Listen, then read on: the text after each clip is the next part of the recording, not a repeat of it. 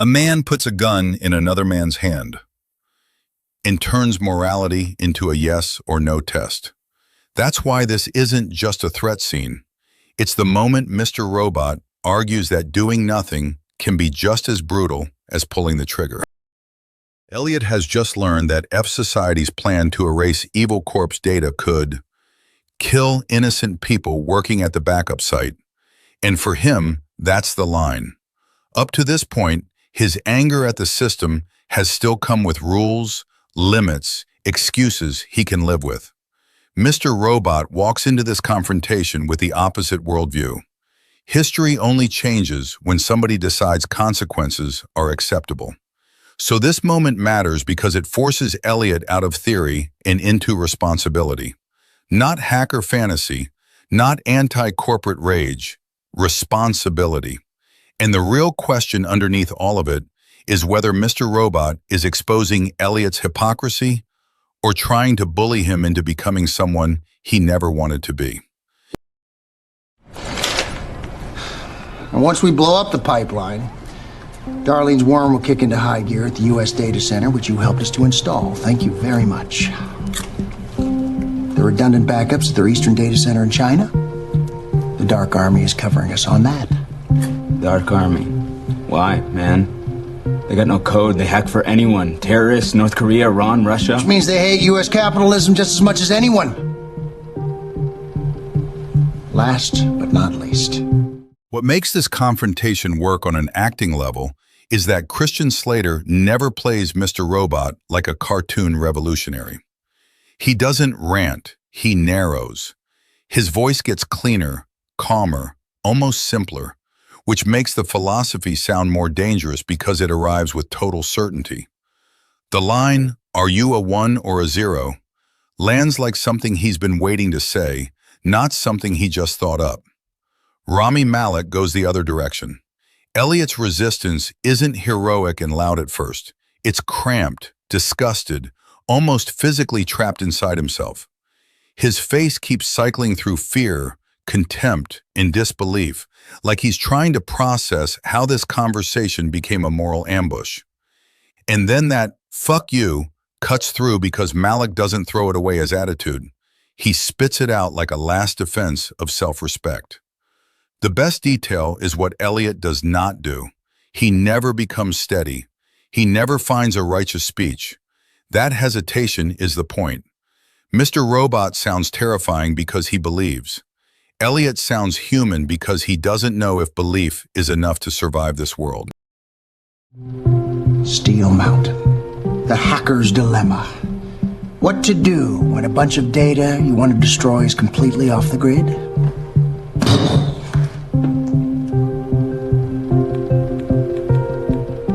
I'm not killing anyone.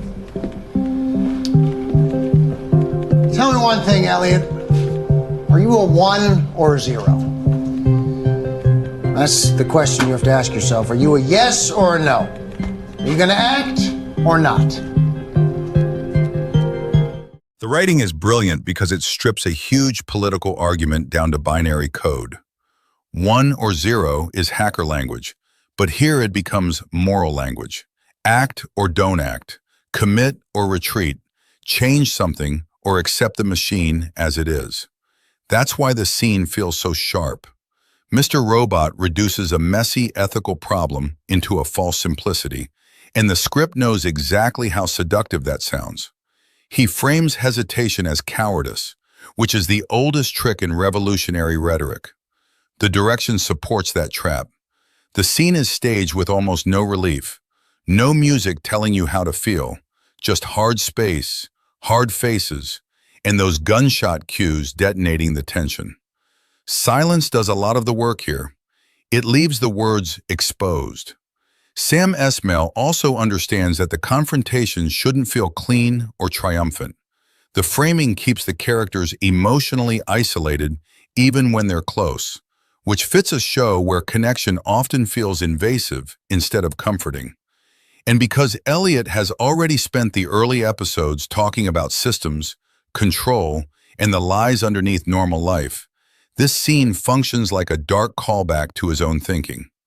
Mr. Robot takes Elliot's private disgust with the world and pushes it to its ugliest logical extreme. Yo, you've been staring at a computer screen way too long, homie.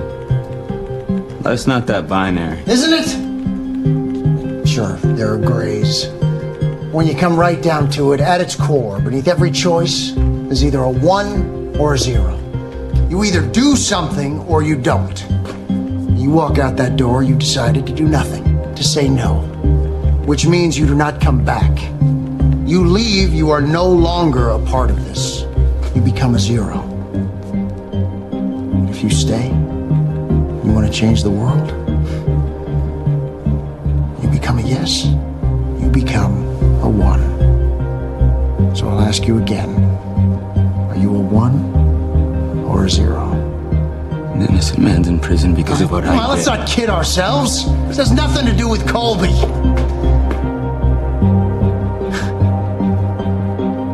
This isn't even about my revolution.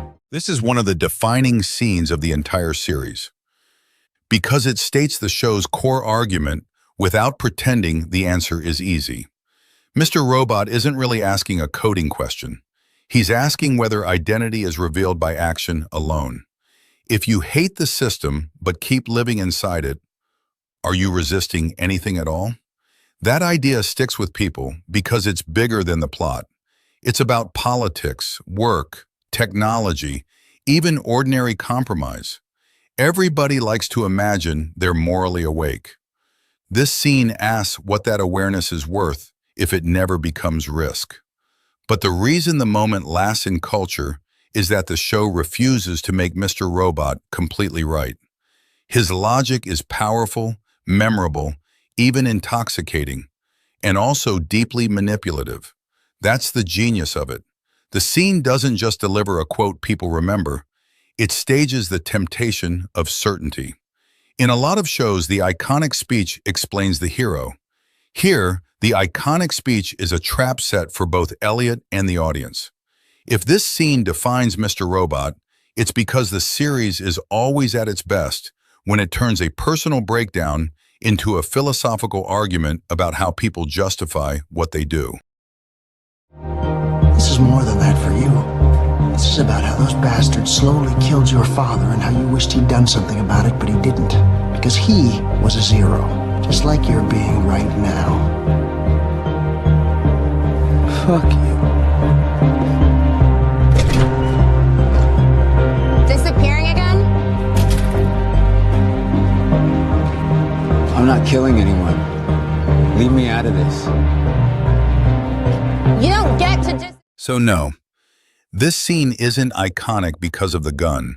It's iconic because it turns choice itself into the weapon. That's what Mr. Robot does better than almost any show.